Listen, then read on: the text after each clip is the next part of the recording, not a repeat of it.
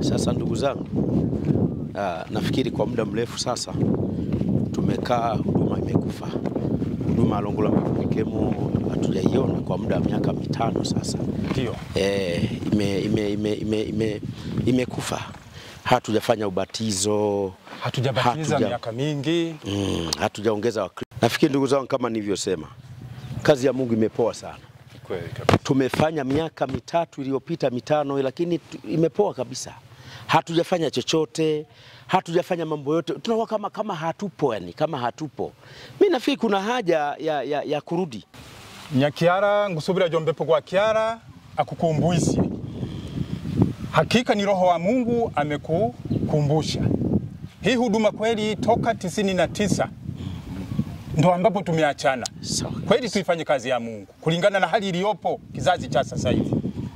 Kwa kweli watu wa Mungu, nachosema nafikiri Mungu ameamua kwa wakati mwafaka.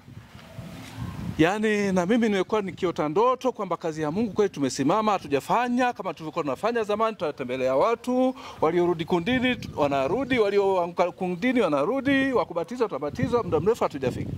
Tukumbuke andiko la Mungu, Ndiyo. Kitabu cha Kumbukumbu la Torati, mlango wa 13.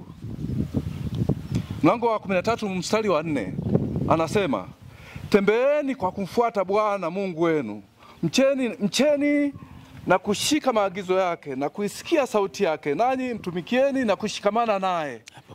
Hili neno ni la msingi kabisa, linatusema sisi kwamba sasa tuamke kwenda kuifanya kazi, tutembee na Bwana tukafanye kazi ya Mungu. Ndio. Nafikiri hakuna mtu atakayepingana na hili. Kwa ni wakati tuanze sasa kwa kweli. Kwa kweli tutembee na tulikuwa tunatembelea wastaafu, kuwatia moyo, kuwatia moyo kwamba hawajaachwa. Tulitembea katika jimbo zima. Lakini watu wanajiuliza, wale watu wako wapi? Wako wapi wale watu? Haya maswali tutashindwa kwenda kuyajibu mbele za Mungu. Kumbuka yule mama mjane tulivyomtembelea siku ile. Akaomba kwa kumaanisha, kwa machozi, na akatuombea baraka. Na kweli na mimi niliona baraka kweli tulivyokuwa tunafanya mambo yetu na shughuli zetu, tunafanikiwa. Nikakumbuka ni baraka za yule mama mjane tulivyomtembelea na kumtia moyo katika ujane wake. Kwa hiyo naomba tuanze kazi ya Mungu kwa upya tena. Amen, amen. Ndugu zangu, tuanze na ndugu yetu yule ambaye amekuja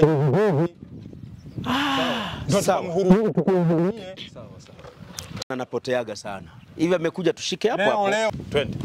Umekumbusha. Ndugu zangu, kwa kweli nashukuru. Na mimi najisikia free kabisa, amani, kwa sababu siamini. Unajua nyinyi ni watu wakubwa sana, ni watu muhimu. Nakumbuka mbali sana mliniweka sawa, nikajisikia nafasi kabisa. Unaona? Karibuni sana, mjisikie nafasi. Na karibu sana ndugu. Senga.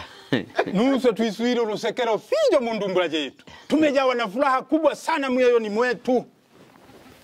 Tuliachana muda mrefu sana. Toka 99. Tukiiba pamoja, tukicheza pamoja, tukipiga gitaa pamoja.